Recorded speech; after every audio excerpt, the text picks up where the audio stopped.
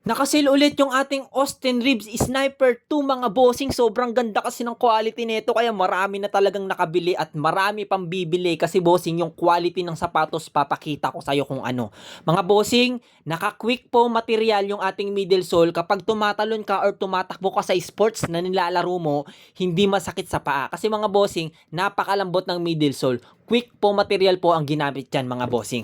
Pagdating naman sa insoles natin mga bossing, ito perfect na perfect talaga. Original to mga bossing ha. Yan o, plain insole with triple thread edge yan mga bossing. At ang kinagandahan dito, support guys oh, yung ankle support at saka yung heel support guys, napakagandang quality niyan mga bossing. Super comfortable footwear to. Yung ating XDR quality guys na outer sole ay napakaingay, napakalakas ng kapit mga bossing. Okay? Ito yung spike check niyan mga boss. Ayan oh, malakas yung spike, malakas yung kapit, grabe yung tractions nito mga bossing. Okay? Mapa indoor, mapa outdoor, the best na talaga to mga